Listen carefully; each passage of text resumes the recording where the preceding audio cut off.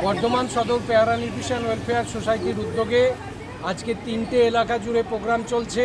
বর্ধমান সদরের main branch থেকে আজকে 150 জন মানুষকে দ্বীপ্রাহরিক আহার প্রদান করা হচ্ছে, যার মধ্যে আছে ভাত, ডাল, আলু ভাতে, শাক ভাজা, সবজির তরকারি, মুরগির মাংস, চাটনি এবং মিষ্টি। এর সঙ্গে সঙ্গেই আমাদের বর্ধমান হুগলির বর্ডার এলাকা যেটা কুমারগঞ্জ এলাকা, তার কাছাকাছি 1 লক্ষীতে আজকে 16 জন বাচ্চাকে মাধ্যমিক এবং উচ্চ মাধ্যমিকে ভালো ফলাফল করার জন্য তাদেরকে সম্বর্ধনা দেওয়া হলো।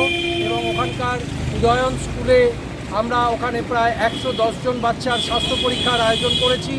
এবং তার সঙ্গে সঙ্গে আজকে মেদিনীপুর বাসস্ট্যান্ডে এই প্রবল গরমে 100 জন পথচারীর হাতে তুলে দেওয়া হলো একটি করে সিল, শীতল জলের বোতল এবং 1 স্যাশে করে ওআরএস। এর মাধ্যমে সমাজের বিভিন্ন প্রান্তে বর্ধমান সদর পেয়ারা নিউট্রিশন ওয়েলফেয়ার সোসাইটির উদ্যোগে স্বাস্থ্য, পুষ্টি, শিক্ষা এই সমস্ত ক্ষেত্রে ব্যাপক হারে কাজ করা হচ্ছে। এবং সমগ্র পশ্চিমবঙ্গ জুড়ে আগামী দিনে সোসাইটির এই ক্রিয়াকর্ম আরও প্রসারিত হবে। আমি বর্ধমান সদর পেয়ারা নিউট্রিশন ওয়েলফেয়ার সোসাইটির সম্পাদক প্রলয় মজুমদার।